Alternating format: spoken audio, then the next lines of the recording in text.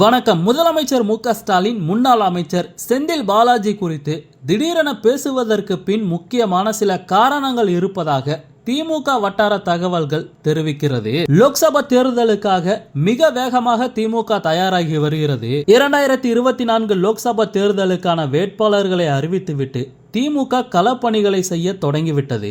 இந்த நிலையில் இந்த லோக்சபா தேர்தலில் கொங்கு மண்டலத்தில் செந்தில் பாலாஜி இல்லாத சூழல் நிலவுகிறது. செந்தில் பாலாஜி புழல் சிறையில் இருந்தாலும் லோக்சபா தேர்தலில் திமுகவை ஜெயிக்க வைப்பதற்கான பணிகளை தீவிரமாக மேற்கொண்டு வருகிறாராம். அதன்படி தன்னை சந்தித்த சிலர் மூலம் முதலமைச்சர் மு.க. ஸ்டாலினுக்கு முக்கியமான தகவல் ஒன்றை அனுப்பியுள்ளாராம் செந்தில் பாலாஜி. கோவை லோக்சபா தொகுதி வேட்பாளராக கணபதி ராஜ்குமார் அறிவிக்கப்பட்டுள்ளார். இது போக கரூரிலும் திமுக வேட்பாளரை இந்த முறை நிறுத்த வேண்டும் என்று செந்தில் பாலாஜி கேட்டிருந்தார்.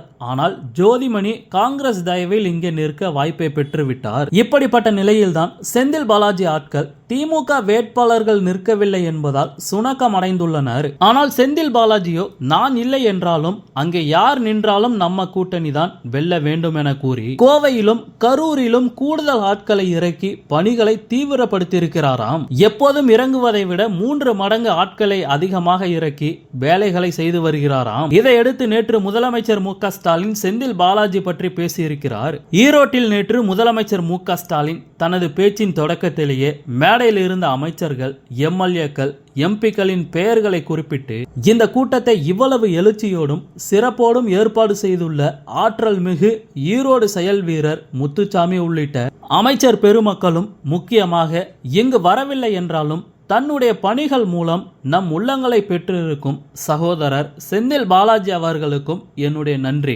மேற்கு மண்டலத்தின் வலிமையான செயல் வீரர் செந்தில் பாலாஜியை சிறையில் அடைத்து வைத்திருக்கிறார்கள். ஜாமீன் கூட கொடுக்காமல் பல மாதங்களாக அவரை சிறையில் வைத்திருக்கிறார்கள். மேற்கு மண்டலத்தில் அவரின் பணிகளை முடக்க வேண்டும் என்று இந்த சதி செயல்களை செய்தார்கள். பாஜகவின் அத்தனை சதி செயல்களையும் கடந்து செந்தில் பாலாஜியால் உருவாக்கப்பட்ட செயல் வீரர்கள் களத்தில் வேகமாக பணியாற்றி கொண்டிருக்கிறார்கள் என முதலமைச்சர் மு.க. ஸ்டாலின் குறிப்பிட்டு பேசினார். ஓகே, இது போன்ற செய்திகளை உடனுக்குடன் பெற மறக்காம நம்ம சேனலை சப்ஸ்கிரைப் பண்ணி சப்போர்ட் பண்ணுங்க. நன்றி.